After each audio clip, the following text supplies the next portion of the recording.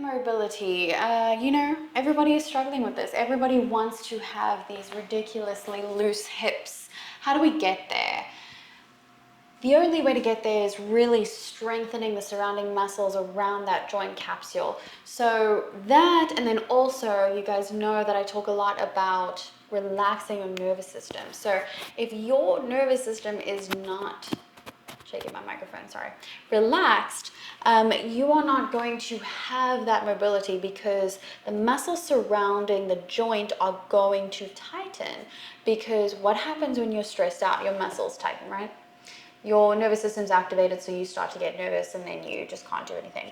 That is what happens to your muscles on a subconscious level when you are weak as well. So if you are weak and your muscles are not able to really protect that joint capsule, boom, your muscles are going to contract. When you are nervous and freaking out, your mobility is going to decrease. So it's actually very fascinating. Flexibility and mobility really are nervous system issues as well. Obviously, it's multiple things. I think we like to think that there's one fix for everything. You want to be able to sit in this position for as long as I am and feel nothing, right? This should feel like a resting position. It is. I work in this position. A lot of people don't see it that way because they don't have that range of motion. They're not able to sit here. So how do we get there? Okay, first of all, focusing on breath work. Okay, so make sure that you are breathing. You're inhaling through the nose and exhaling through the mouth when you are practicing these exercises that we are going to be doing. So one of the most important things that I think, if you just implement this alone into your routine, you will definitely get that hip mobility that you're looking for. You can make it even better with what we will talk about afterwards. But the first thing is squatting every day. Do 3 different types of squats every single day. These 3 I'm going to show you. The first one is a malasana squat. So you've got your feet at a 45-degree angle. Spread the toes, tuck in the pelvis here. We've got a nice long line from the top of your head all the way down. Inhale. Exhale. How low can you go? Bring your bum down. Nice line though. We're not sending anything back. We want to try to maintain integrity in the spine here. If you can only go here, that's okay. Come back up, okay? Slight bend, come up. How low can you go? You will increase the range of motion the more you practice. I recommend doing 10 malasana squats 3 times a day. You are doing the malasana squat if you are only going here. So don't think that you have to do the full range of motion in order to actually do the squat. That is not true. So you can come all the way down or you can just go halfway down. 10 of these 3 times a day. What's even better is if you're spreading your movement out throughout the day. So don't think of, oh, well, I'll only do the malasana squats when I'm working out. No, do it when you're making your toast. Do it when you're making your coffee. Do it when you go to the bathroom at work, if you work in an office all day, okay? 10 of these. Then bring your feet parallel, so pretty much the same hip width distance. Reach your arms out in front of you, same thing. How low can you go? Maintaining integrity in the spine. You can send your weight back slightly. If you feel like you're gonna fall forward, just send your weight back. Okay, that's okay. Or lean forward. So create equilibrium in the body. You can send your bum back, chest forward, and come up.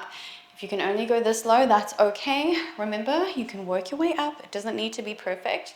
I really don't want people to be discouraged by the fact that they feel like they cannot go all the way down. The way that you get there is practice. 10 of these, 3 times a day. So what I would do is the 10 malasana squats, 10 parallel squats, and then the last one is a goddess squat. So we're really getting into the inside of the hips here as well. Reach your knees out on either side of you. So you've got a wider stance, it's wider than the hips. Your feet are sort of facing the outside, so we've got that turnout. You're sending your knees out. Don't let them sink in. Send them out. And how low can you go? Can you go all the way down? How low can you go? Okay? If you can only go this far, that's okay. If you can go halfway, that's okay. All right? We're working on a lot of strengthening on the muscles surrounding that capsule. Again, 10, 3 times a day. So what I would do is maybe in the morning when I'm making my breakfast, I'm waiting for my toast, I do 10 Vilasanas, 10 parallels, and 10 goddesses. And then maybe lunchtime, I'll do 10 more of each. And then at some point when I'm going for my walk, I'll do it outside. I'll do 10 more of each. It takes less than 3 minutes to do that. We all have that. We have that time. If you really want that hip mobility, this is what you need to do. Okay? So the squats are important, of course. The other thing that will really, really, really help with your hip mobility is moving, sort of creating the full range of motion within that capsule. So what I mean by that is doing movements like this. So you're on all fours, you bring your knee in all the way out, and we create a circle. So you can see, you can imagine how it is moving in that ball and socket joint. So we're lubricating the joint here. So we're strengthening first, we're lubricating, and then we want to lengthen. So what we're doing right now is creating that lubrication, okay? Another way to do this is lying on your back, lifting that leg, bringing it all the way out, and we're doing circles, just like that, okay? So how can you move the full range of motion within the joint capsule? You want to be able to do that. And you can even do, movements that don't move that full range of motion, but it will be moving around in that capsule. So it really does help to lubricate the joint. This promotes healing. This also creates safety within the joint, and it strengthens the surrounding muscles too. The next thing is to lengthen. So you want to lengthen the surrounding muscles around that joint. So you can lengthen the front of the hip by doing things like low lunge, tucking in the pelvis. You'll feel a really, really deep stretch in the front of that hip right there. Okay? And then the next thing to stretch the inside is something like Skandasana.